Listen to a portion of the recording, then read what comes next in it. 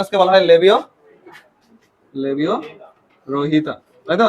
Labeo Rohita মানে রুই মাছ, তাই তো? এটা দিয়ে শুরু করলাম। তারপরে নিচের দিকে দেখ, বই যেখানে শুরু হয়েছে স্টার্টিং এ, এখানে এর শ্রেণীর নাম দেয়া আছে। কি দেয়া আছে? শ্রেণীর নাম। আমরা শ্রেণীর নাম পরে পড়বো। এই রুই মাছটা একটা কি ধরনের মাছ? কার্প জাতীয় মাছ। কি জাতীয় মাছ? কার্প। কি মাছ? কার্প জাতীয় মাছ। এখন কথা হচ্ছে কার্প জাতীয় মাছ বলতে কার্প মাছ কোনগুলা, কোন মাছগুলাকে কার্প বলবো? দেখো এই এখন মনোযোগ দাও, এখানেই পড়াগুলো হয়ে যাবে, বই পরে দেখ, এখানে দেখ আগে। তাহলে রুই মাছ একটা কি ধরনের মাছ? কার্প জাতীয় মাছ। এখন প্রশ্ন হচ্ছে কার্প কোন মাছগুলাকে বলে? যে মাছগুলার পুরা দেহটাতে আইশ আছে, শুধু মাথাটাতে নাই, সেই মাছগুলাকে কি বলা হয়? কার্প জাতীয় মাছ। এখন কি তুমি পাঙ্গাস মাছকে কার্প জাতীয় মাছ বলতে পারবা? তোরা কি মাছ চিনিস? এটা আমাকে বলতো। মাছ চিনিস না? আমি চিনি না, আমি জাস্ট সবগুলো একই দেখি। ওনাকে জিজ্ঞেস করি, হাতে গোনা কয়েকটাকে চিনি, আর ম্যাক্সিমাম গুলাকে জিজ্ঞেস করি যে এটা কি মাছ। তখনই ওই বেচারা বুঝি ফেলে, তখনই ওই বেচারা বুঝি ফেলে যে এই বেচারা অনভিজ্ঞ এই বাজারে, তারপরে দাম বেশি চাওয়া শুরু করে। আচ্ছা, তাহলে কার্প জাতীয় মাছ হচ্ছে সেই সকল মাছ যে সকল মাছে কি থাকে? মাথা বাদে, মাথা বাদে পুরো দেহ, পুরো দেহ কিসে আবৃত থাকে? আইস আবৃত থাকে। কি আবৃত? আইস আবৃত থাকে। তাদেরকে কি বলা হয়? কার্প জাতীয় মাছ। এখন কথা হচ্ছে রুই মাছটা কি কার্প জাতীয় মাছ? হ্যাঁ অবশ্যই, ওর মাথায় কোনো আঁশ থাকে না, কিন্তু পুরা দেহতে কি থাকে? আঁশ থাকে। কি থাকে? পুরা দেহে আঁশ থাকে, মাথা বাদে পুরা দেহে আঁশ থাকে। আচ্ছা, এখন কথা হচ্ছে এই কার্প জাতীয় মাছ আবার আছে দুই ধরনের। কয় ধরনের? দুই ধরনের। একটাকে বলা হয় মেজর কার্প। কি বলা হয়? Major carp. আর একটাকে বলা হয় মেজর কার্প। নাম শুনেই বোঝা যাচ্ছে মেজর কার্প আর মাইনর। মাইনর মানে কি? মাইনর মানে ছোট না? Minor cup. ওই যে আমাদের দেশে যারা ওই যে কি যেন বলে, ওই যে অন্যান্য ধর্মের মানুষজন আছে, এলাকায় আমরা মাইনরিটি পিপল বলি, সংখ্যালঘু। মাইনরিটি মানে কম, সংখ্যায় কম আছে এমন। তাহলে মাইনর কার্প আর মেজর কার্পের মধ্যে বড় কার্প কোনগুলা? মেজর গুলা। যেগুলো ছোট সেগুলোকে কি বলা হয়? মাইনর। এর বাইরে মেজর মাইনরের আরেকটা সংজ্ঞা আছে। যে সকল মাছ চাষ করা, বাণিজ্যিক ভাবে চাষাবাদ করলে লাভজনক, সেগুলাকে বলা হয় মেজর কার্প। আর যে সকল মাছকে বাণিজ্যিক ভাবে চাষাবাদ করা লস প্রজেক্ট, সেগুলাকে বলা হয় কি? Minor carp. বলো তো পুঁটি মাছ কি মেজর কার্প না মাইনর কার্প? মানে ওটা কি কার্প জাতীয় মাছ সেটা আগে বলো। কার্প জাতীয় মাছ কিনা? আঁশ আছে কিনা? মাথাতে আঁশ আছে? নাই, তার মানে ওটা কার্প। এখন এটা কি মেজর না মাইনর? মাইনর। ওইটা কি কেউ পুকুরে চাষ করে পুঁটি মাছ? না, পুঁটি মাছ কি চাষ করবে? হ্যাঁ, এখন তুমি বলতে পারো সরপুঁটি, সেটা আলাদা হিসাব, সেটা তো সামনে আরেকটা শব্দ আছে। এখন বলো মলা ডেলা মাছ, এই মলা মাছ কি মেজর কার্প না মাইনর কার্প? মাইনর। হুদাই মলা মাছ এখন আঁশ থাকে? ওই তো কার্পই না। ওই কি কোনো কার্প না? এগুলো বাস্তবতার সাথে মিলাইতে হবে। তাহলে মলা ডালা মেজর কার্প কারা? যারা বাণিজ্যিক ভাবে কি বাণিজ্যিক, মলা মাছ বুঝিস না? বাণিজ্যিক ভাবে লাভজনক, বুঝিস না মলা মাছ? না, মালা লাভজনক, আর এটা লাভজনক, লাভজনক নয়। আচ্ছা, কোনগুলা জানিস? ডানকে মাছের মতোই বাজারে যা দেখবি যেগুলার গা সাদা, এগুলা বুঝছো? এটা আমার আইডেন্টিফিকেশন পয়েন্ট। এটা দিয়ে আমি আলাদা করি কোনটা ডানকে মাছ, কোনটা মাছ। কি না, ওটা লাল, একটা লাল সে বর্ণ আছে, একটা কেমন কালার আছে। ঠিক আছে, ঠিক আছে, তোদেরকে দিয়ে যে আসলে কিছু হবে না এটা প্রমাণিত। আচ্ছা, তাহলে একেবারে ধবধবা সাদা, নতুনের মতো সাদা, এটাকে বলা হয় মলা মাছ। আচ্ছা, এই বেশি কথা বলিস না। তাহলে মেজর কাপ মানে কি? যেগুলো বাণিজ্যিক ভাবে লাভজনক। মাইনর কাপ মানে যেগুলো বাণিজ্যিক ভাবে লাভজনক নয়। আচ্ছা, এখন মেজর কাপের কিছু নাম আছে তোদের বই, তো এই নামগুলো কি আমরা মুখস্থ করবো জীবনে? না, আমরা নামগুলা রুই, কাতলা, মৃগেল, এদিকে দেখা, বই দেখতেছে আবার। রুই, কাতলা, আর হচ্ছে মৃগেল। আমি নিজেও জানি না মৃগেল কোনটা, কাতলা কোনটা, এটাও আমি চিনি না। আমি খালি রুইটাকে চিনি। তোরা জাস্ট মনে রাখ রুই, কাতলা, মৃগেল। তোকে তো পরীক্ষায় আর মাছ দিয়ে হবে না এটা কি কার্প না কার্প। আচ্ছা গেল। আর মাইনর কার্পের উদাহরণ কি? মাইনর কার্পের কিছু উদাহরণ দেয়া আছে, দেখ। বাটা দেয়া আছে। বাটা মাছ দেখছিস না? ছোট হয়, বাটা মাছ ছোট না? তারপরে আর কি দেয়া আছে বলতো? কালবাউস। তারপরে আরেকটা কি আছে? হ্যাঁ, ভাগনা। হ্যাঁ, ভাগনা। তাহলে এই মাছ তিনটা কি মাইনর কার্প, এটা মনে রাখা লাগবে। বাটা, বাটা, বাটা জুতা, বুঝছো? তাহলে বাটা, কালবাউস এবং ভাগনা কি মাইনর কার্প। এই পরীক্ষায় কি কি আসবে? পরীক্ষায় আসবে কার্প জাতীয় মাছ কাকে বলে, কোন মাছগুলোকে কার্প বলে, যেগুলোতে আইস আছে মাথা বাদে। তারপরেই যেটা প্রশ্ন এমসিকিউ ওয়েট করতেছে তোমার জন্য, জীবনে তোমাকে জিজ্ঞেস করবে না মেজর কার্প নিচের কোনটি, তোমাকে পরীক্ষায় জিজ্ঞেস করবে মাইনর কার্প নিচের কোনটি। তোমাকে মাইনর শব্দটা বোঝা লাগবে। মাইনর মানে ছোট হবে, এগুলা সাইজে, বাণিজ্যিকভাবে লাভজনক নয়, যেগুলা সচরাচর নাম আমরা শুনি না, সেই নামগুলা এতটুকু মনে রাখতে পারলেই চলবে। রুই, কাতলা, মৃগেল এগুলো শুনছি না ছোটবেলা থেকে, কিন্তু এই নামগুলা কম শুনছি, কিন্তু বাটা, কালবাউস এবং ভাগনা। বই খাতা কলমে বাটা নামটা শুনছিলা জীবনে? না, সেটার কথা বলছি। ভাগনা এটা ওয়ান কাইন্ড অফ মাছ, পানিতে থাকে, এটাকে ফিশ বলে, বুঝছো? আচ্ছা, এতটুকু কথা জানলেই চলবে। আমরা রুই মাছ পড়তে আসছি না। আচ্ছা গেল। এখন কথা হচ্ছে বাংলাদেশে এই যে দেখ এখানে ইয়ার দেয়া আছে কি জানো? রুই মাছের অপর নাম লেখা আছে। রুই মাছের কি আছে? অপর নাম লেখা আছে। এই যে রুই মাছটা লিখলাম না, এই দেখ, এটা একটা এমসিকিউ প্রশ্ন। কিন্তু রুই মাছের কিছু স্থানীয় নাম আছে, আঞ্চলিক কিছু নাম থাকে না? তো রুই মাছের আঞ্চলিক নাম হচ্ছে রোহিত, রোহিত। তারপরে রাউ, তারপর গরমা, কি নাম? গরম। আরো একটা আছে নৌশি, নৌশি। দেখছিস কি উদ্ভট উদ্ভট শব্দ? এগুলো কিন্তু আসবে পরীক্ষায়। এই পরীক্ষায় দেখ, পরীক্ষায় তোদের টেস্ট পরীক্ষায়, কলেজের পরীক্ষায় এগুলো আসবে। রুই মাছের আঞ্চলিক নাম নিচে কোনটি? তখন এই শব্দগুলো থাকবে। তাহলে কিভাবে বুঝবো রুই মাছের আঞ্চলিক নাম কোনগুলা? এখন এই চারটা যদি তুমি মুখস্থ করো আর 1 ঘন্টা পর রিমাইন্ড করার চেষ্টা করো, মনে পড়বে না। বুঝছো? তাই আমরা একটু অন্যভাবে মনে রাখবো। সেটা হচ্ছে এই রুই মাছের অপর নামগুলার ম্যাক্সিমামের র আছে। ঠিক আছে, র আছে। এই যে রোহিত, রাও, গরমা। এখন তুমি বলতে পারো যে এই র তো অন্য অপশনেও থাকতে পারে, থাকতে পারে না? এটা হচ্ছে তোমার মেন্টালি, এটা তোমার সেট আপ দেয়া যে এই শব্দগুলো আমার এখন মনে থাকবে। এটা বোঝানোর জন্য আমি বলতেছি রটা। তারপরে তোমার আই চোখ দেখতেছে না শব্দগুলো, অপশন দেখলে তোমার মনে পড়বে। বুঝছো? তাহলে রোহিত, রাও, গরমা আর নওশি। নওশিটাতে মিলে না, নওশিটা মনে রাখলাম, এটা মেয়েদের নামের সাথে মিলে, তাই না? নওশিন নামে কিছু মেয়ে আছে না, মেয়েদের নাম হতে পারে, তাহলে নওশি গেল।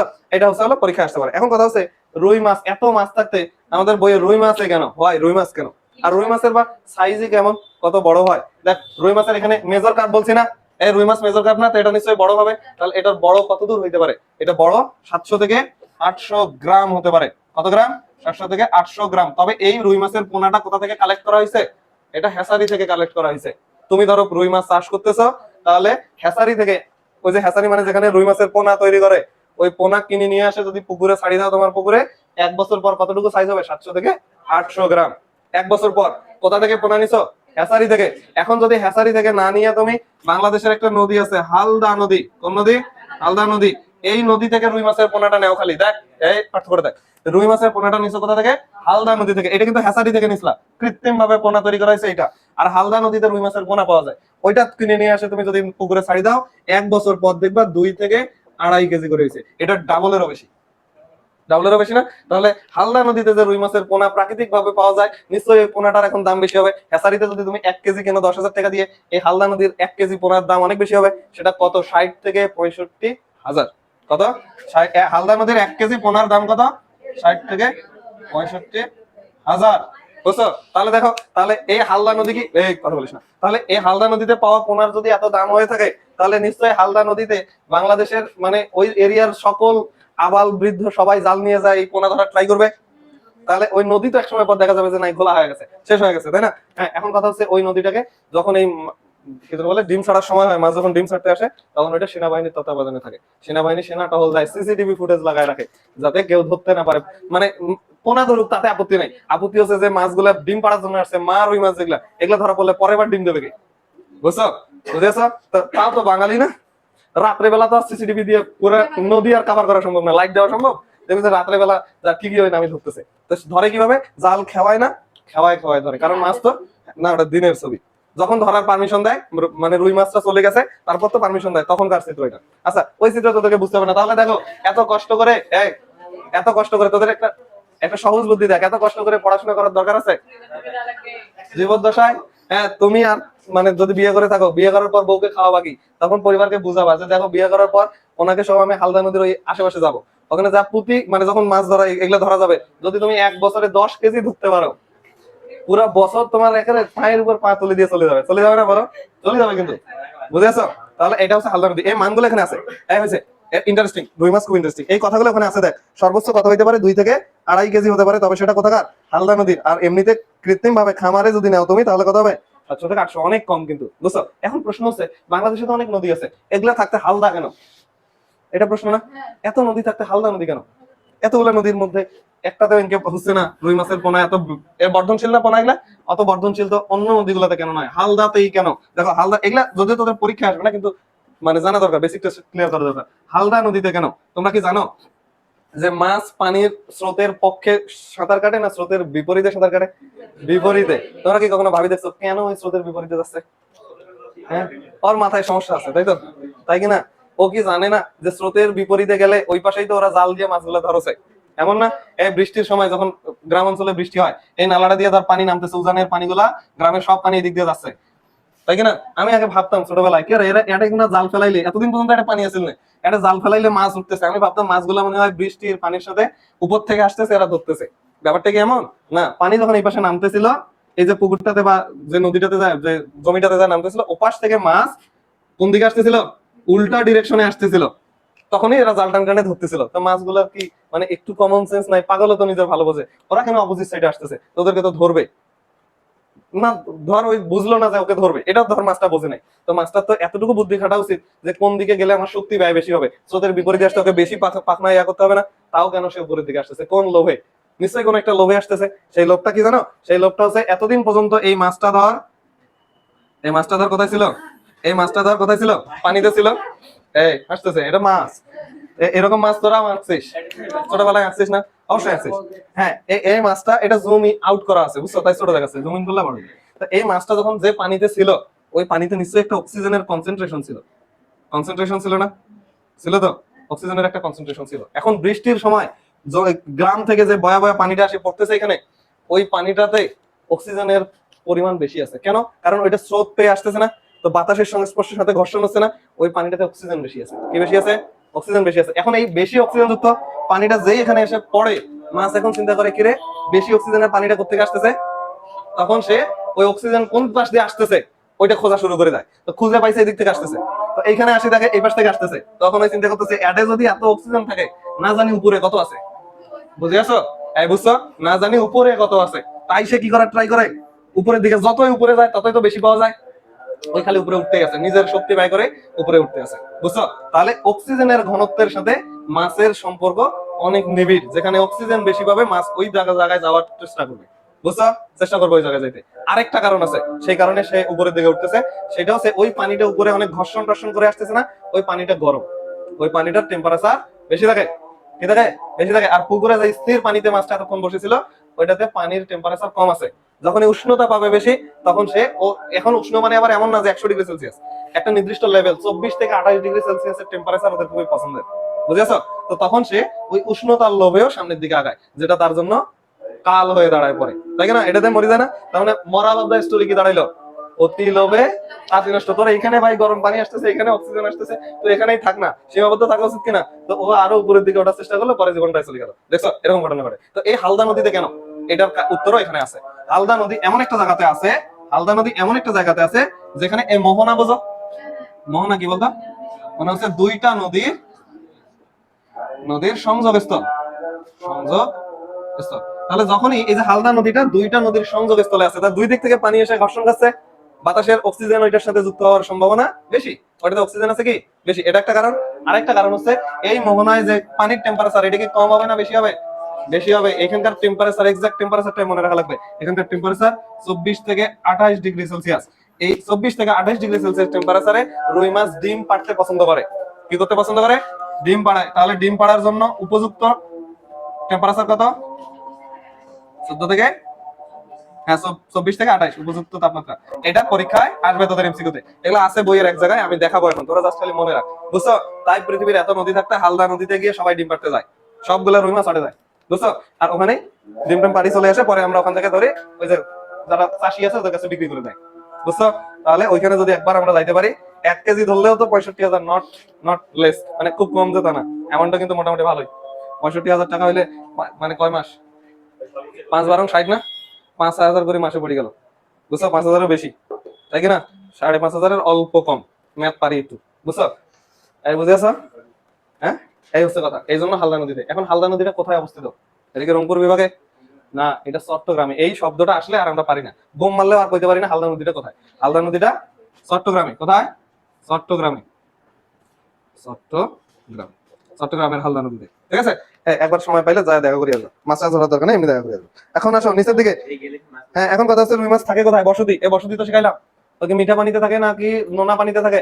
মিঠা পানিতে থাকে। নদীতে মিঠা পানি না, মিঠা পানিতে থাকে। এই একটা লাইন খালি মনে রাখতে পারলেই চলবে, আর কিছু লাগবে না। এখন এই নিচের দিকে শ্রেণীতাত্ত্বিক অবস্থান, এটা শ্রেণীবিন্যাস কি? আচ্ছা বলতো, মাছটা কি কোন পর্বের প্রাণী? মাছ কোন পর্বের প্রাণী? করডাটা পর্বের প্রাণী। কেন? কারণ তাদের কাঁটা আছে, কাঁটাটাই তো মেরুদণ্ড। আচ্ছা তাহলে রুই মাছের একটু শ্রেণীবিন্যাসটা শিখি আমরা, যদিও পরীক্ষায় আসবে না, জাস্ট মনকে বুঝ দেওয়া। তাহলে বল রুই মাছের অর্ডার কি হবে?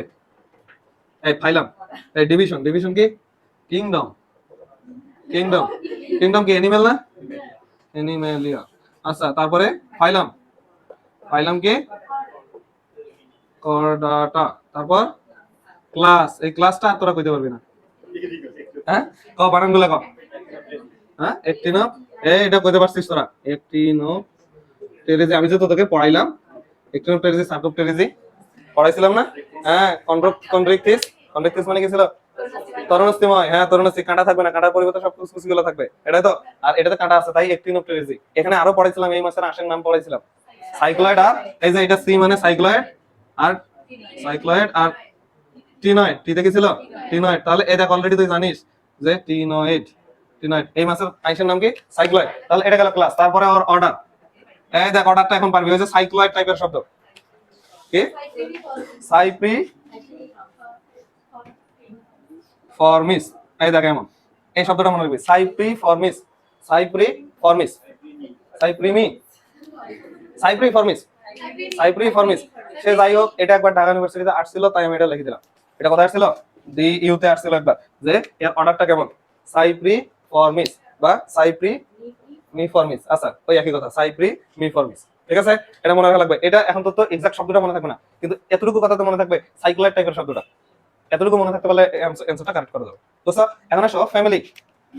ফ্যামিলি তো ওই সিম্পল হিসাব, শেষে কি থাকবে হাইড্রা, শেষ সামনে কি থাকে থাক। এখন হাইড্রা যদি দেয় তাহলে তো বুঝবি হাইড্রোটপে। হ্যাঁ অন্যগুলোর সাথেও যদি দেয়, ধর জিজ্ঞেস করছে ঘাস ফড়িং এ এই রুই মাছের ফ্যামিলি কি, তখন তোর কি মনে হয় যে এটা একটা অপশন তো থাকবেই, বাকি অপশন তিনটা কোথা থেকে দিবে? এটা কি আবার ওই ঘাস ফড়িং এ ফেরত যায়, ঘাস ফড়িং এর ওই ফ্যামিলিটা বের করে একটা অপশনে দিবে? এগুলা অপশনে দিবে, এগুলা এই শব্দগুলো গিভেন শব্দগুলো, আশেপাশে থাকা শব্দগুলো। তো একটাতে তো আর আইডিয়া নাই। আর যদি দেয় তখন তোমার যা খুশি মন চায় দেখাবে। ঠিক আছে, আচ্ছা এখন আসো আর কি আছে, জেনাস স্পেসিস, এগুলো তো তুমি জানো, জেনাস স্পেসিস লেবিও আর এটা গেল এই বছর। আচ্ছা এই দেখ এখানে আবার প্যাঁচ দেওয়া সম্ভব। দেখ এখানে জেনাসে কি লেখা আছে, লেবিও। স্পেসিসে কি থাকার কথা, খালি রোহিতা থাকার কথা, কিন্তু স্পেসিসটা কেমন, লেবিও রোহিতা, দুটাই রাইট, দুটা একসাথে থাকবে। তোকে যদি জিজ্ঞেস করে ঘাস ফড়িং একে জন্য রুই মাছের স্পেসিস কি, অপশনে কিন্তু এভাবে অপশনগুলো সাজানো হবে, একটা অপশনে লেবিও থাকবে, একটা অপশনে রোহিতা থাকবে, একটা অপশনে লেবিও রোহিতা দুটাই থাকবে, আরেকটা কোনোটাই না। তুই তো মরে গেলেও কি দেখাবি, রোহিতা দেখাবি, কিন্তু ঘটনা কি দুটাই দেখাইতে হবে। স্পেসিস মানে দুটাই, ঠিক আছে, প্রজাতি মানে কি দুটাই থাকবে। আচ্ছা ওকে ফাইন, গেল। এটা কি বুঝছো আমরা, এটা কি কঠিন আছে কিছু? এখানে খালি একটা শব্দই কঠিন, সেটা হচ্ছে অর্ডার। আর এটা আমাদের এমসিকিউ তে আসে, এগুলো তো আমাদের আগে থেকে জানা, অ্যানিমেলিয়া কর্ডাটা এক্টিনোপ্টেরিজি। আর এই অর্ডারটা আমাদেরকে একটু আলাদাভাবে মনে রাখা লাগতেছে, কারণ এটা নামটা সহজে মনে রাখার মতো নয়। সাইপ্রিমি ফর্মিস, সাইপ্রিমি ফর্মিস। হ্যাঁ যদি কারো মনে থাকে তাহলে তো থাকলে, আর যদি না থাকে সাইক্লয়েডের মতো শব্দটা এতটুকু মনে রাখতে পারলেই হবে। আর ফ্যামিলি তো আইডিয়া, হ্যাঁ সাইপ্রিমি ডিয়া না কি জানেন এই টাইপের সব। আচ্ছা গেল। এখন আসো রুই মাছ বসতি তো বলছি অনেক আগে, তাই না? আচ্ছা রুই মাছের আরেকটা কাহিনী আছে বুঝছো, 14°C টেম্পারেচারের নিচে যদি যায়, ওখানে কি আছে, খাদ্য আছে, স্বভাব। আচ্ছা স্বভাবটা আগে বলি, ওর স্বভাব কেমন, ওর স্বভাব ভালো নাকি খারাপ, স্বভাব নেচার কেমন? দেখো নেচারে আসলে জিজ্ঞেস করা হচ্ছে রুই মাছ আসলে খায় কি, বুঝছো, রুই মাছ খায় কি। এখন তুমি চিন্তা করো তো, একটা মাছ পানিতে আছে, কি খাবে, পানি খাবে। আচ্ছা, পানি তো পোকামাকড়। দেখ এটা যখন আঙ্গুলি পোনা থাকে, কেমন থাকে, আঙ্গুলি পোনা, পোনা মানে কি ছোট, সেই পোনাটা যদি আঙ্গুলের মতো সাইজ হয় তখন সেটাকে বলা হয় আঙ্গুলি পোনা। কি বলা হয়, আঙ্গুলি পোনা। এই রুই মাছ যখন আঙ্গুলি পোনা ছিল তখন সে গাছও খায়, তখন সে প্রাণীও ধরে খায়। তাহলে গাছগুলাকে বলা হয় ফাইটোপ্ল্যাঙ্কটন, আর প্রাণীগুলাকে বলা হয় জুওপ্ল্যাঙ্কটন। তাহলে একটাকে বলা হয় ফাইটোপ্ল্যাঙ্কটন, ফাইটোপ্ল্যাঙ্কটন, আর সে যে প্রাণীগুলাকে ধরে খায় ওগুলাকে কি বলা হয়, জুওপ্ল্যাঙ্কটন। এখন দেখ এখানে একটা শব্দ কমন হয়ে গেল, এই শব্দগুলো একটু অ্যানালাইসিস করে শিখতে হবে। তাহলে প্লাঙ্কটন মানে কি, প্লাঙ্কটন, এই যে এই শব্দটার মানে কি, প্লাঙ্কটন। প্লাঙ্কটন মানে হচ্ছে পানিতে ভাসমান জীব। প্লাঙ্কটন মানে কি, পানিতে ভাসমান ক্ষুদ্র জীব, বুঝছো, এটাকে কি বলা হয়, প্লাঙ্কটন। এখন এই প্লাঙ্কটনের সামনে যদি খালি জু বসাও, এই জু মানে কি, চিড়িয়াখানা না, চিড়িয়াখানায় প্রাণী তো থাকে, তাহলে প্রাণী যদি হয় ওই ভাসমান জীবটা, তখন তাকে বলা হয় জুও প্লাঙ্কটন। আশা করি বুঝছো। আর এটা যদি ফাইটা শব্দটা বসাও, ফাইটা মানে গাছ, ফাইটা মানে কি গাছ, তাহলে ওটা হয়ে যায় উদ্ভিদ। যদি ক্ষুদ্র উদ্ভিদ ঘুরে বেড়ায় এটাকে বলা হয় ফাইটোপ্ল্যাঙ্কটন, যদি প্রাণী ঘুরে বেড়ায় তাকে কি বলা হয়, জুওপ্ল্যাঙ্কটন। আচ্ছা তাহলে আঙ্গুলি পোনা অবস্থায় রুই মাছ কোনটা খায়, ওইটাও খায় এটাও খায়। যেই একটু বড় হইলো, প্রাপ্তবয়স্ক হইলো, তখন ওই আর প্রাণী খায় না, ওই বুঝে ফেলাইলো জীব হত্যা মহাপাপ, বুঝছো, তখন ওই কি খায়, শুধু বয়স্ক যখন হয় তখন সে কি খায়, ওই যে শৈবাল অথবা ওই যে ফাইটোপ্ল্যাঙ্কটন। ফাইটোপ্ল্যাঙ্কটন মানে তখন খালি কি খাওয়া শুরু করে, গাছ খাওয়া শুরু করে। এটাকে আমরা কি বলি, শাকাশি বলি না, শাকাশিকে ইংলিশে কি বলা হয়, হার্বিভোরাস। তাহলে দেখ রুই মাছটা হার্বিভোরাস, তারপরে হচ্ছে হলো হাইড্রাটা কার্নিভোরাস, ঘাস ফড়িং হার্বিভোরাস। তবে যদি জিজ্ঞেস করে থাকে আঙ্গুলি পোনা দশার অবস্থায় রুই মাছ কি খায়, তাহলে সবই খায়, তখন সে কিন্তু অমনিভোরাস। ঠিক আছে, জুওপ্ল্যাঙ্কটনও খায়, ফাইটোপ্ল্যাঙ্কটনও খায়, এতটুকু কথা বুঝছো। এখন এই রুই মাছটার স্বভাবে আরেকটা বৈশিষ্ট্য আছে, 14°C এর নিচে যদি পানির টেম্পারেচার যায় রুই মাছ মারা যায়। কি হয়, এটা একবার মেডিকেলে আসছিল, কত ডিগ্রি সেলসিয়াসের নিচে রুই মাছ মারা যায়?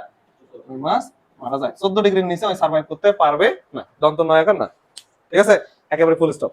এখন কথা হচ্ছে এই যে প্লাঙ্কটনটা কি জিনিস সেটা আমি বুঝাইলাম, জুও প্লাঙ্কটন কি জিনিস সেটা বুঝাইছি, ফাইটোপ্লাঙ্কটন কি সেটা বুঝাইছি। বইয়ে দেখ নিচের দিকে একটা প্যারা দেয়া আছে, ওইটাতে কিছু জুও প্লাঙ্কটনের নাম লেখা আছে, কিছু ফাইটোপ্লাঙ্কটনের নাম লেখা আছে, লেখা আছে না? এই আছে কিনা দেখো, এখানে নিচের দিকে প্লাঙ্কটন কাকে বলে এটা লেখা আছে, পানিতে ভাসমান স্রোতের অনুকূলে ঘুরে বেড়ানো ক্ষুদ্র ক্ষুদ্র জীবগুলোকে প্লাঙ্কটন বলে। যদি শৈবাল এবং উদ্ভিদ এটা তৈরি করে তখন তাকে ফাইটোপ্লাঙ্কটন বলে, আর প্রাণী তৈরি করলে ওটাকে কি বলা হয়? জুওপ্লাঙ্কটন। এই জুওপ্লাঙ্কটনের এক্সাম্পল গুলো পরীক্ষা দেওয়া সহজ না, তাহলে জুওপ্লাঙ্কটন আর ফাইটোপ্লাঙ্কটনের এক্সাম্পল গুলো লাগবে। তাহলে দেখো জুওপ্লাঙ্কটনের উদাহরণগুলো আমরা মনে রাখবো। একটার নাম কি? হ্যাঁ, এই জুওপ্লাঙ্কটন গুলো বল। হ্যাঁ, নিচের গুলো বল।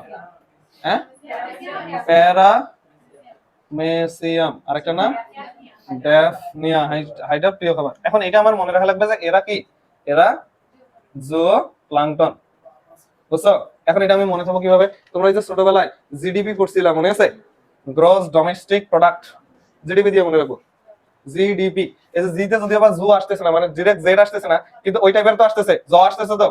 এই যে দেখ জি ডি পি, বাংলায় দেখি ডি পি, এমনি মনে রাখা যায়। জি তে কি জুওপ্লাঙ্কটন, উদাহরণ কি? একটা ডি তে ড্যাফনিয়া আর প তে প্যারামাইসিয়াম, মনে রাখবে। আচ্ছা, এখন কথা হচ্ছে ফাইটোপ্লাঙ্কটন গুলো কি এর বাইরে যারা আছে তারাই ফাইটোপ্লাঙ্কটন, আর তুমি চাইলেও মনে রাখতেও পারো। ফাইট মানে তো গাছ, গাছ হলে সবুজ হবে না, ক্লোরেলা শব্দ আছে দেখ, ক্লোরেলা। আরেকটা হচ্ছে নেভিগুলা, নেভি মানেই তো পানিতে থাকবে, ঠিক আছে, নেভিগুলা, বুঝছো? বুঝেছো? আচ্ছা, ক্লোরেলা নেভিগুলা গেল। এখন আর রুই মাছের বাহ্যিক গঠন, এটা এখন আমাদের সাথে মিলবে, যারা যারা রুই মাছ দেখছে তারা এখন বুঝবে, সবাই দেখছো আশা করি। আচ্ছা, আমি এগুলা মাছ কিনলে প্রতিদিন ঠকি, বুঝছো? যেদিন করে মাছ কিনবো সেদিন করেই ঠকবো। হ্যাঁ, দাম নিয়ে ঠকে যাই। আড়ত থেকে মাছ কিনি তো দাম বেশি নেয়, আবার দাম বেশি, যেদিন দামে জিতছি ধর দামে বেশি নিতে পারে নাই, সেদিন ওখানে কাটি নেই তো না। আমি জীবনে বত্তা না থাকলে নিবই না, মানে ওটা জীবন তো আমার সামনে, ওটাকে মারা দিতে হবে তাহলে আমি নিবো, না হলে ওটা আমি নেই না, বুঝছো? তাতে আমার সবচেয়ে বেশি কেনা পড়ে পাঙ্গাস, কারণ ওগুলো জীবিত থাকে। আর রুই মাছ কিনলে আমি জীবন্ত না হলে নেই না। তো একদিন এরকম নিছি রুই মাছ, জীবন্তই নিছি, তো ওটা মনে হয় 5 কেজি না কত এরকম সামথিং ছিল। তো উনি আমাকে একবার বললো, আমি একবার মাকে ফোন দিই তো ওখানে গিয়ে, তো ফোন দিয়ে বললাম যে মা এরকম একটা মাছ নিয়েছি, তো এটা কাটি নিয়ে যাবো না এমনি নিয়ে যাবো? তো বলতেছে এমনি নিয়ে আয়। প্রথমে বললো এমনি নিয়ে আয়, তা আচ্ছা ঠিক আছে। তো পরে কি যেন মনে হচ্ছে কাছে অত বড় মাছ কাটবো কি দিয়ে, বাড়ির গুলো দিয়ে তো হবে না, তুই কাটি নিয়ে আয়। এই যে কাটি নিয়ে আসতে গেলো, এটা একটা মানে লস প্রজেক্ট। হ্যাঁ, এখন কাটি নিলাম, আমি সামনে দাঁড়িয়েছিলাম, ওই কাটছে কিন্তু কিছু অংশ দেয়নি, মাথার কিছু অংশ নাই। হ্যাঁ, এখন বাড়ি নিয়ে গেছি, আমি তো জানি সামনে বসে কাটি নিছি, ওই কেমনে কেমনে যে সরাই ফেলছে আমি জানি না। তো এখন নিয়ে যাওয়ার পর মাছের নিচে যে অংশটা থাকে না, যেটা খাইতে সুস্বাদু, মাথার নিচে ওই অংশটাই নাই। হ্যাঁ, এখন হ্যাঁ পেটির মতো যে জায়গাটা থেকে মাথার দিকে, ওই জায়গাটা নাই। এখন মা বলছে যে মাছ কি তুই পুরোটাই নিছিস না মানে কাটা মাছ নিছিস? বললাম না, আমি জীবন্ত মাছ নিছি। তো ওখানে অনেক কিছু নাই তো, না আছে সব। পরে মা আমাকে মাথাটা পুরো জোড়া দিয়ে দেখাইলো, দেখ একটা অংশ নাই। হ্যাঁ, আসলেই নাই, তার মানে আমি লস হয়ে গেছে। আর একটা অংশ ওখান থেকে নেওয়া মানে মানে তোমার 300-400 গ্রাম চলে যাবে, বুঝছো? বড় না, একটা অংশ নেওয়া মানে অনেকটা চলে যাবে, গেল লস হয়ে গেল। তারপর থেকে আর মাছই কিনবো না, কিনলে আর আমি যত বড়ই হোক ওটা আর কাটি না। ওরা কাটি দিবে চাই, আমি তো জানি ওই কেন কাটি দিবে চাচ্ছে, আমি কই লাগবে না ভাই, আমি বাড়ি নিয়ে যাই কাটবো। আচ্ছা গেল। এখন সহজ যেটা ছিল সেটা হচ্ছে এটার গঠন। এটার গঠন এই যে আমরা এরকম মাছ পড়ছি না ছোটবেলায়, ওয়ান্স আপন এ টাইম, তোরা আমার মাছের ছবি দেখে আসছিস, দেখ কত সুন্দর মাছ। এই মাছে এরকম মাথা থাকে না, এরকম মাথা থাকে, মাথা থাকে তো, তাহলে এই অংশটাকে বলা হয় মাথা। আর এই অংশটাকে কি বলা হয়? দেহ। আর এটাকে কি বলা হয়? লেজ। তাহলে মাছের কয়টা অংশ থাকবে? 3টা, মাথা থাকবে, দেহ থাকবে, লেজ থাকবে। এখন নিশ্চয়ই যারা মাছ দেখছো একটা জিনিস খেয়াল করছো, মাছ যখন পানিতে ঘুরে বেড়ায় পানি ওকে বাধা দিবে না? বাধা দিবে, কিন্তু ওই কি বাধা পায় খুব বেশি? না। কেন বাধা কম পাচ্ছে ও? পানির সাহায্যে সে যে ঘর্ষণটা পাওয়া কথা, এগুলো কিন্তু পরীক্ষায় আসবে, এগুলো খুব প্র্যাকটিক্যাল বাস্তবিক। তো বাধা পাচ্ছে না কেন? বাধা না পাওয়ার কারণ হচ্ছে মাছের দেহের আকার। মাছের দেহের আকার, মাছের দেহটাকে যদি মাছটাকে এরকম সোজা করে দেখো, তাহলে দেখো ওর সামনের দিকে মাথার অংশটা চিকন, আবার হচ্ছে লেজের অংশটাও কি চিকন, মাঝখানটা চ্যাপ্টা, লুক লাইক উত্তল লেন্সের মতো। কিসের মতো? উত্তল লেন্সের মতো। এই আকৃতির জন্য ওই বাধা কম পায়। তাহলে এই আকৃতিটাকে একটা নির্দিষ্ট আকৃতি বলা হবে, এই আকৃতিটাকে বলা হয় স্টিম লাইন। কি বলা হয়? Steam line, STEAM, steam line আছে। বাংলায় বললে এটাকে বলা হয় পার্শ্ব রেখা। এই পার্শ্ব রেখা আছে জন্য মাছ পানিতে খুব সহজে ঘুরে বেড়ায়, বাধা কম পায়। এটা আছে এখানে দেখ, যেখানে গঠন অংশগুলো আছে না, ওখানেই দেখ লেখা আছে এটাতে স্টিম লাইন থাকে। এই আকৃতির নাম কি? Steam line shape. এই শেপের জন্য ওই দেখ সহজে চলাফেরা করে, বাধা প্রাপ্ত হয় না। এটা গেল একটা কথা। আরেকটা কথা হচ্ছে এটা মাথাটা থাকে, নিচের দিকে মাথার বর্ণনা শুরু হলো। কিসের বর্ণনা শুরু হলো? মাথা। এখন মাথায় কি কি আছে দেখো তো, একটা জিনিস চিন্তা করো। এর মাথায় একটু মনোযোগ দাও, এখানেই হয়ে যাবে। মাথায় কি কি থাকে? এক জোড়া চোখ থাকে, তাই তো? এক জোড়া চোখ। আমরা ছোটবেলায় পড়ছিলাম না, ওই যে একগুলা ছন্দ জিজ্ঞেস করতো, কোন প্রাণী চোখ খোলা রেখে ঘুমায়? চোখ খোলা রেখে ঘুমায় কে? দাঁড়িয়ে ঘুমায় ঘোড়া। চোখ খোলা রেখে ঘুমায় কারা? মাছ। এখন কথা হচ্ছে চোখ খোলা রাখে কেন? কারণ ওর চোখটা বন্ধ করার জন্য যে উপরে চোখের পাতা, এটাই তো নাই, বুঝছো? ওটা ওখানে লেখা আছে, এদের পাতাবিহীন কি থাকে? পাতাবিহীন চোখ থাকে, তাই এর চোখ অলওয়েজ কেমন থাকে? খোলা থাকে। চোখটা কেমন থাকে? চোখ খোলা থাকে। আচ্ছা, তারপরে কি থাকে? এদের মুখ থাকে নিশ্চয়ই, মুখ থাকে। মুখটার ওইখানে মেক্সিলা থাকবে না? এই মেক্সিলা ম্যান্ডিবল থাকবে না? মেক্সিলার ওইখানে কিছু বাবল থাকে। বাবল মানে বাতাস ঢুকছে এমন, ওই যে বেলুনের মতো থাকে, এটাকে বলা হয় মেক্সিলারি বাবল। কি বলা হয়? মেক্সিলারি বাবল। এখানে কি কি থাকে এগুলো একবারে বলে দিছি। মেক্সিলারি বাবল থাকে। কি থাকে? মেক্সিলারি বাবল। বুঝছো? আর কি থাকে? হ্যাঁ, যেটা আমরা বলতেছি না সেটা থাকে। সেটা হচ্ছে এখানে বড় একটা হাড্ডি থাকে, তাই কি না? বড় একটা হাড্ডি থাকে না? নাকি নাক থাকবে আবার ওদের? নাক তো থাকবে না মুখে, কারণ নতুন ফুসফুসের পরিবর্তে ফুলকা আছে, তাই না? তো এখানে বড় একটা হাড্ডি থাকে। এই হাড্ডিটা আমাদের শরীরে যদি থাকতো, হাড্ডিটা এই জায়গায় থাকতো না, কানের রিজনটাতে। মুখের পরেই তো এই কানের রিজনটা থাকতো, তাই এই হাড্ডিটার নাম কানকো। কি নাম?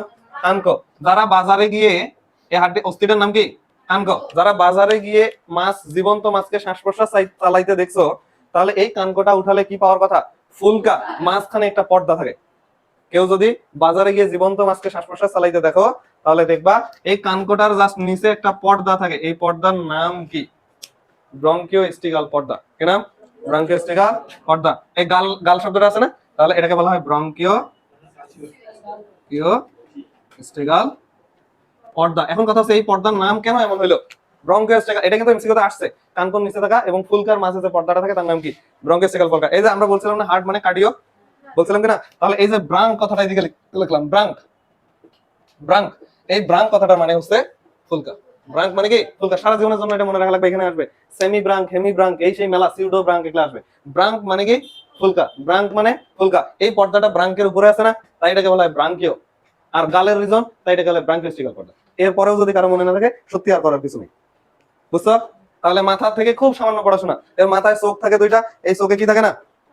কোনো পাতা থাকে না, পর্দা থাকে না, চোখের পর্দা থাকে না। আমি পাতা লিখছি পর্দাবিহীন। সভ্য ভাষায় নাম কি?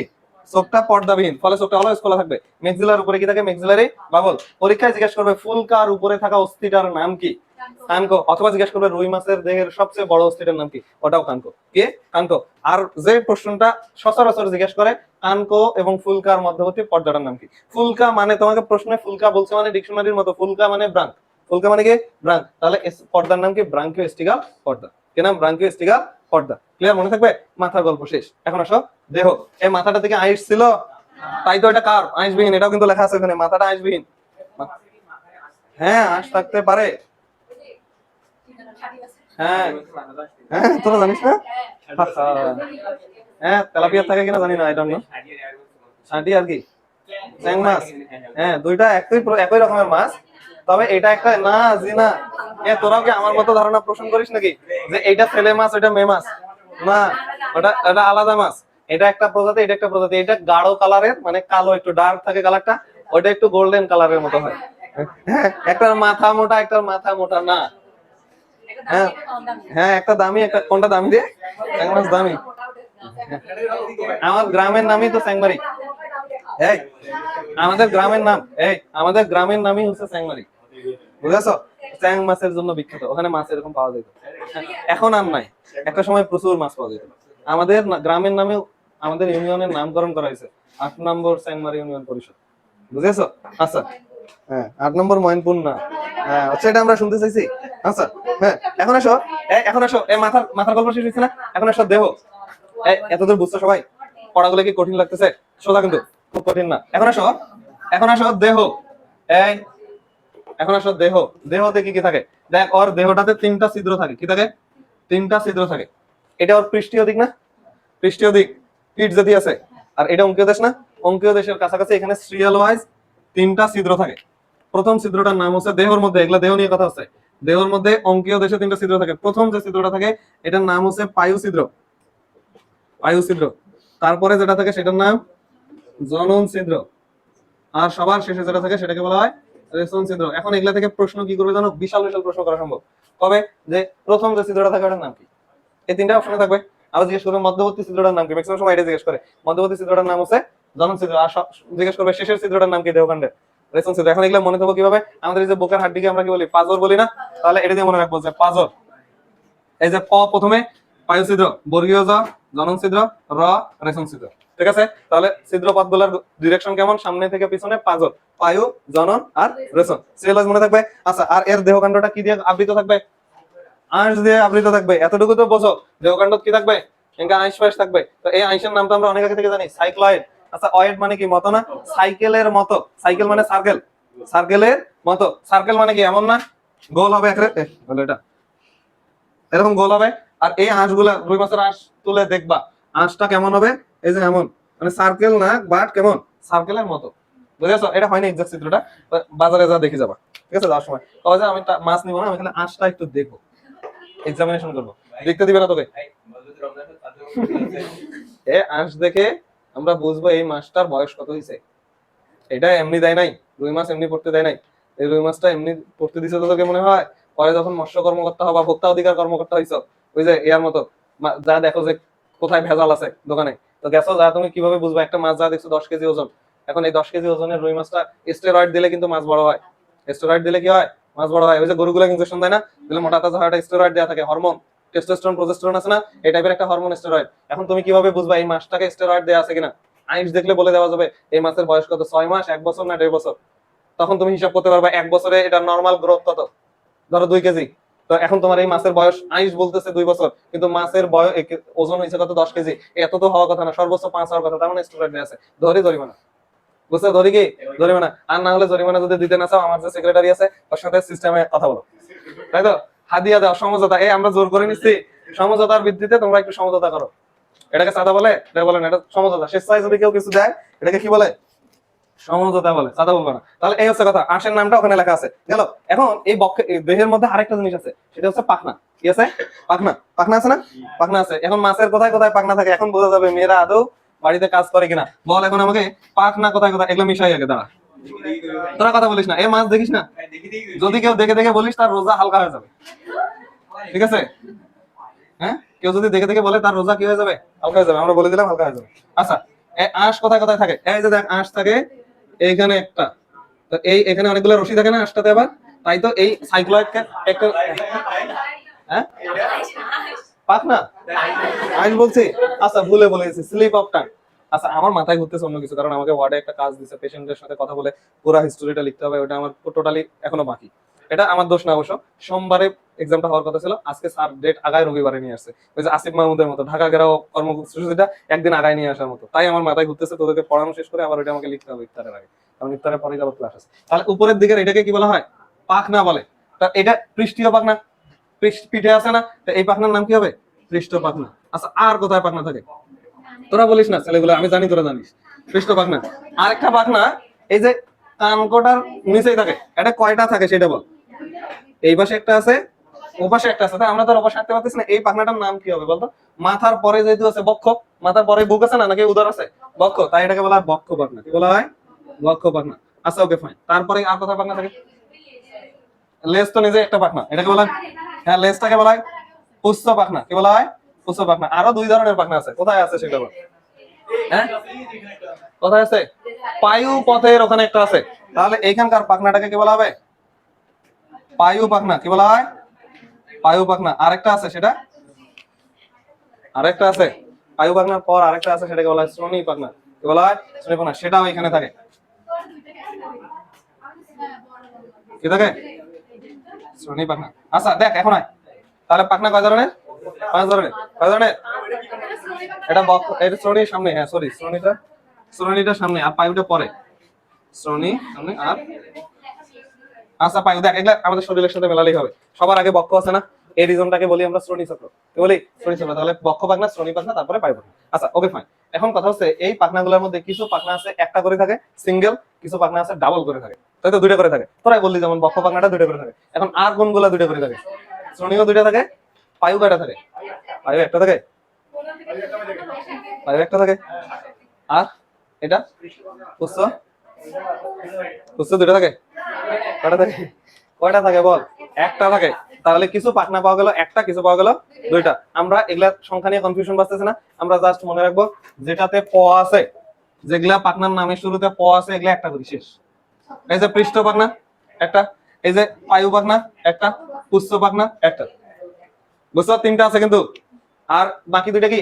জোড়া। এটা পরীক্ষায় প্রশ্ন করে নিচের অযুগ্ম পাখা নিচের কোনটি? পাখনা। অযুগ্ম মানে একটা আছে আর যুগ্ম মানে কয়টা আছে? দুটো। দেখ পরীক্ষা বইয়ে যে হেডিংটা দিছে ওখানেই দুই ভাগে ভাগ করছে, এগুলাকে বলছে যুগ্ম আর এগুলাকে কি বলছে?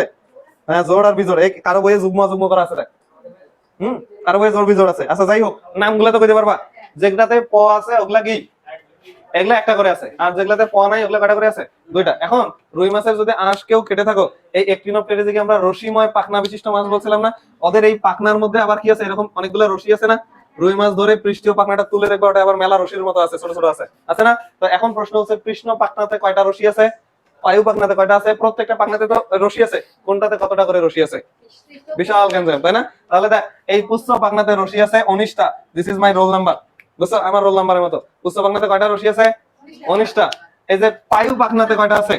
দেখ, পায়ু পাখনাকে ইংলিশ যদি করিস, পায়ু মানে অ্যানাল আর পাখনা মানে ফিন। ফিন মানে পাখনা। এই দেখ, অ্যানালে 7টা শব্দ, এদিকে 3টা, টোটাল কয়টা? 7টা গেল। এখন আসে শ্রোণী। শ্রোণীতে দন্তন্য আছে, দন্তন্য মানে 9। কয়টা থাকবে? 9টা। এখন আসো বক্ষ। বক্ষ বক্ষ বক্ষতে থাকে কত? 16 থেকে 17। এটা তোর মনে রাখবি, বক্ষতে কত থাকে? 16 থেকে 17। পৃষ্ঠতে প প মিলবে, দেখ প আছে না? তাহলে 15 থেকে 16, বুঝছো? তাহলে সব কয়টা মিলাইতে পারছি, একটা খালি মিলে নেই। বক্ষ, বক্ষটা হচ্ছে 16 থেকে 17। বলটা বক্ষটা কত? 16 থেকে 17। পৃষ্ঠীয় প যখনই থাকবে 15। তারপর দেখ শ্রোণী, দন্তন্য, দন্তন্য পর 9। আর পায়ু পাখনা, এটাকে ইংলিশটা মনে রাখা লাগবে, অ্যানাল ফিন। অ্যানাল ফিন মানে 7। পুষ্য, এটা তো আমার রোল নাম্বার, ঠিক আছে? লেজটা কত? 19, ঠিক আছে? এটা পরীক্ষায় কি জিজ্ঞেস করবে? উত্তর হোসেন না, এগুলো পরীক্ষায় জিজ্ঞেস করবে। এগুলো পড়তেছি কেন? কলেজের পরীক্ষায় তোমাকে আটকানোর জন্য রয়েছে, এগুলো জিজ্ঞেস করবে। হ্যাঁ, ওর কলেজে নাকি যেগুলো আমি পড়াই না সেগুলাই দেয়। হ্যাঁ, এগুলাই যে পড়াই দিলাম তাই জন্য, আমি পড়াইতাম না। এখন কথা হচ্ছে পাখনাগুলোর কাজ কি? রুই মাছে কমন সেন্স, এটা পাখনার কাজ কি? ওটা নড়াচড়া করার জন্য তো সামনে যায়। এখন কথা হচ্ছে রুই মাছের সামনে যাওয়া আবার দুই রকমের। একটা হচ্ছে স্ট্রেট ফরওয়ার্ড যায় সামনে, আর একটা হচ্ছে গতিপথ চেঞ্জ করে, ডিরেকশন চেঞ্জ করে যায়, তাই না? এখন কোন পাখনাটা ওকে সামনের দিকে নিয়ে যাচ্ছে আর কোন পাখনাটা গতিপথ আঁকা বাঁকা করতে সহায়তা করতেছে? কোন পাখনাটা? এই পাঁচ কি যেন বলে, পায়ু পাখনা, কি যেন পুষ্য পাখনা, লেজের যে পাখনাটা, এটা ওকে সামনে যাইতে হেল্প করে, আর একটা পাখনা ওকে সামনে যাইতে হেল্প করে। তাহলে শুধু সামনে যাইতে হেল্প করে কোন পাখনা? এই পুষ্য পাখনা। এইটাকে তাই বলা হয় প্রধান চলনাঙ্গ। কি বলা হয়? কি বলা হয়? প্রধান চলনাঙ্গ। তাহলে রুই মাছের পুষ্য পাখনা, খালি রুই মাছ না, সকল মাছের পুষ্য পাখনাই তাদের একমাত্র চলনাঙ্গ। এটা এমসিকিউ তে যাবে যে কোন পাখনাটা রুই মাছের প্রধান চলনাঙ্গ, কোনটা? পুষ্য পাখনা। তো বাকি পাখনাগুলো কি ঘোড়া ঘাস কাটবে? এরা কি করবে? ওর যে গতিপথ, প্রবাহের যে গতিপথ, কোন দিকে হালবে, কোন দিকে কি করবে, এটা নিয়ন্ত্রণ করবে এই বাকি পাখনাগুলা। তাহলে বাকি পাখনাগুলা গতিপথে নিয়ন্ত্রণ করে। এটা আমি আর লিখলাম না, ওখানে আছে তোদের বইয়ে। তোরা ওই পেজটা পুরোটা রিডিং দিবি, বুঝছিস? এই বুঝছো? এই দেখ নিচের দিকে লেজ। লেজ কেমন? এই বক্ষের আলাপ শেষ কিন্তু। তাহলে বক্ষের আলাপ কি ছিল? 3টা ছিদ্র ছিল, পাঁজর, পায়ু, জনন, রেশন। তারপরে গেলাম পাখনা থাকে 5 ধরনের। এগুলো যখন আমি প্র্যাকটিক্যালি দেখাবো তখন আবার এগুলো এখন শিখতেছো, শব্দগুলোর সাথে পরিচিত, যখন মাছ দেখাবো তখন ক্লিয়ার হয়ে যাবে। উপরের দিকে পৃষ্ঠ, এখানে কিছু রশি থাকে, তাই এটার নাম কি? রশিময় পাখনা। কয়টা রশি থাকে পৃষ্ঠে? 15 থেকে 16। তারপরে বক্ষ, বক্ষ ডাবল থাকে, এগুলা এই পাখনাগুলো দুইটা থাকে, এই পাখে একটা পাশে একটা, এটা 16 থেকে 17। শ্রোণী, দন্তন্য 9টা আছে। পায়ু, তাহলে অ্যানাল ফিন মানে 7টা। আর পুষ্য পাখনা, এটাতে কয়টা থাকবে? 19টা। এগুলার কাজ কি? এগুলা গতিপথ নিয়ন্ত্রণে হেল্প করে, আর এটা প্রধান চলনাঙ্গ হিসেবে কাজ করে। শেষ। এখন লেজটা দেখতে কেমন বলতো? লেজ দুটা সমান না? এগুলো আমরা পড়ছিলাম প্রাণীর বিভিন্নতা শ্রেণী বিন্যাসে। তাহলে লেজ দুটা যেহেতু সমান, তাহলে তারা হোমো সার্কাল। আর যদি না হইতো সমান, হেটারো সার্কাল। আর দুইটা একসাথে হয়ে গেলে ডাইফাই সার্কাল। ডাইফাই সার্কাল টাকি মাছে পাওয়া যায়। যে মাছ যত উন্নত সেগুলোতে কি পাওয়া যায়? এরকম প্রথম যেটা অসম পাওয়া যায় অনুন্নতে, এই মাঝামাঝি উন্নত পাওয়া যায় হোমো সার্কাল, আর খুব চরম উন্নত হলে এটাতে কি পাওয়া যাবে?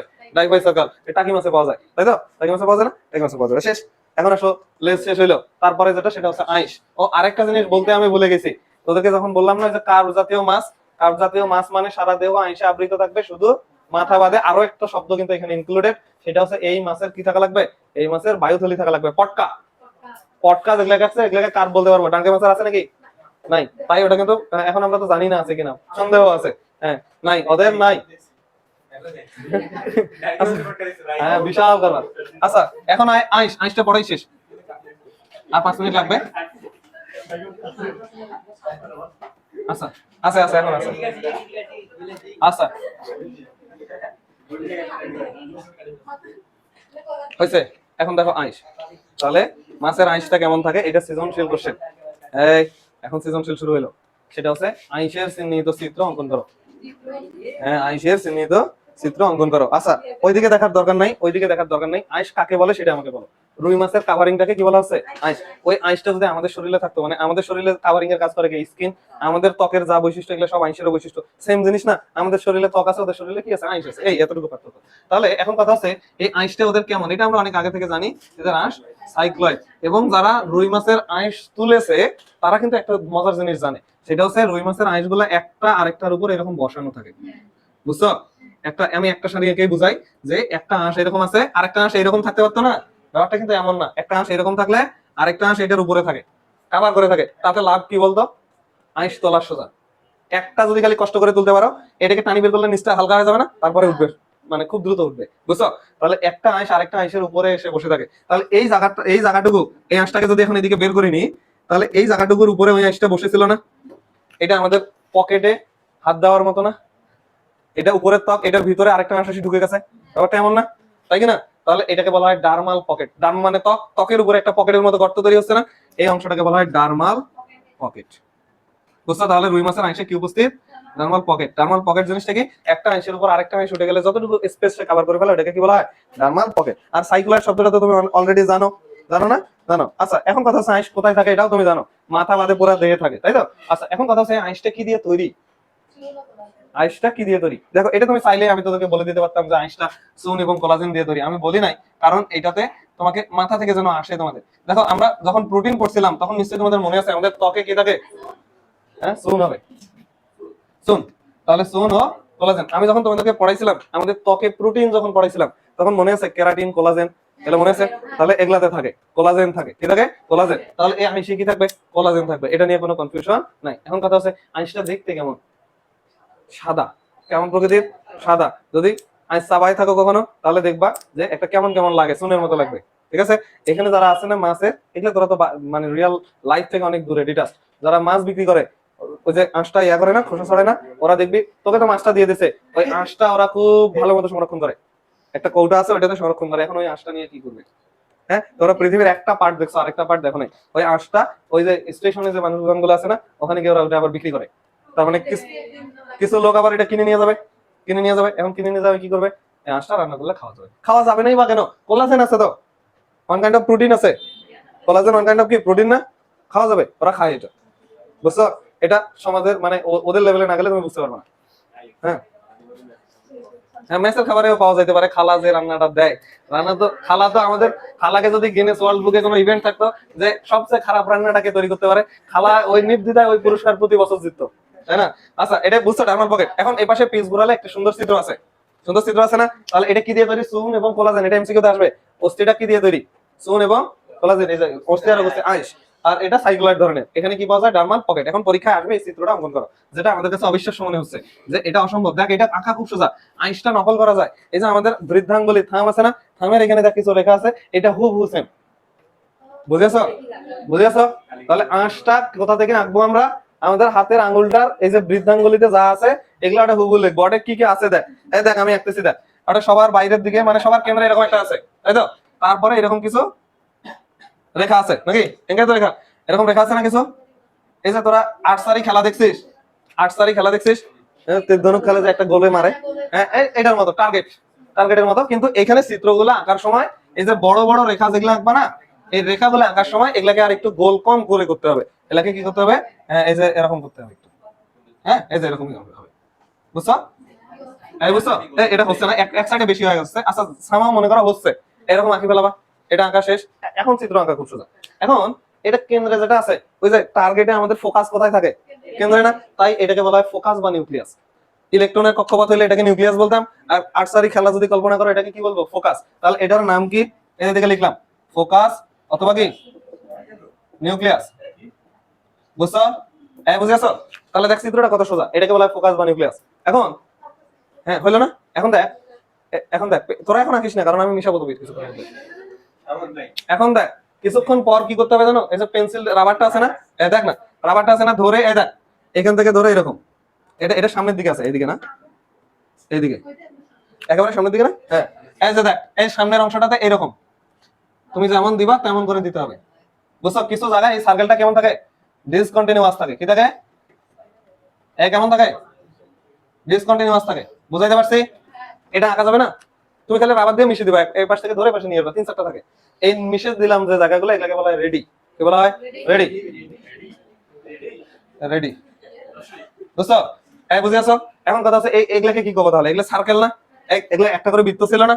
এগুলো যেহেতু সার্কেল, কিন্তু এগুলাতে মেশাইছি, মেলা কাহিনী করছি, তাই এগুলাকে বলা হয় সার্কেলের সাথে মিল রেখে সার্কুলি। কি বলা হয়? সার্কুলি। এই রেখাগুলোর নাম হচ্ছে সার্কুলি। তোদের কাছে কি এটা কঠিন লাগতেছে? সার্কুলি সোজা কিন্তু সার্কুলি। আচ্ছা গেল। এখন এই সার্কুলি গুলার মধ্যে বিশেষ কিছু সার্কুলি আছে যেগুলা একটু মোটা হয়।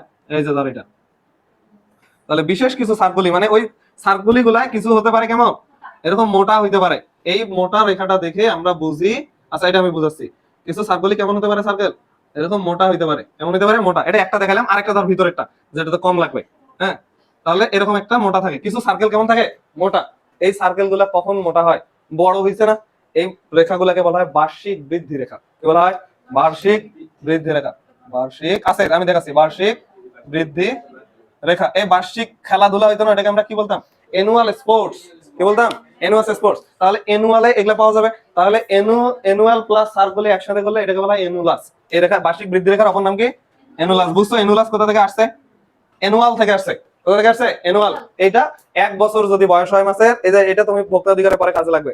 যদি মাছের বয়স 1 বছর হয়, তাহলে ওর আসে এরকম অ্যানুলাস পাওয়া যাবে একটা রেখা। যদি মাছের বয়স 2 বছর হয়, কয়টা পাওয়া যাবে? 2টা। যদি 3টা পাওয়া যায়, তার মানে মাছের বয়স কত? 3 বছর। যদি একটাও না পাই, 1 বছরের নিচে ওটা বয়স। বুঝছো? বুঝে গেছো? এটা খালি চোখে দেখা যাবে না, আঁশ নিয়ে যাও অনুবীক্ষণ যন্ত্রের নিচে দেখতে হবে, বড় দেখা যাবে তখন। বুঝাইতে পারছি? তাহলে পরীক্ষায় জিজ্ঞেস করবে রুই মাছের বয়স নির্ণয় করা হয় কোন রেখা দ্বারা। দেখ এরকম হবে প্রশ্নটা। বয়স, বয়সকে ইংলিশে কি বলা হয় রে? বয়স নির্ণয়। বয়স মানে কি?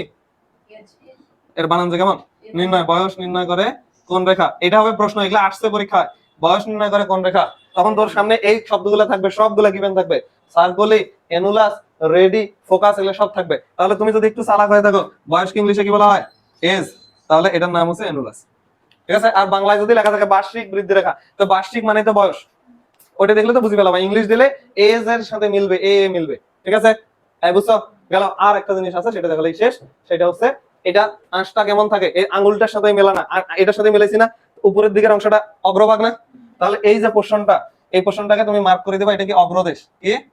অগ্রদেশ। আচ্ছা, তারপরে এই অংশগুলো কি হবে? পার্শ্বদেশ না? তোর আঙ্গুলের কি ছিল? এগুলো পার্শ্ব ছিল না? তো এই অংশগুলোকে বলা হয় কি? পার্শ্বদেশ। এই অংশ পার্শ্বদেশ, দুইটা, এই পাশে একটা, পাশে একটা। আর এটা কি একেবারে পিছনের দিক না? এটাকে বলা হয় পশ্চাৎ দেশ। পশ্চাৎ দেশ। এই পশ্চাৎ দেশটাই কি তৈরি করবে?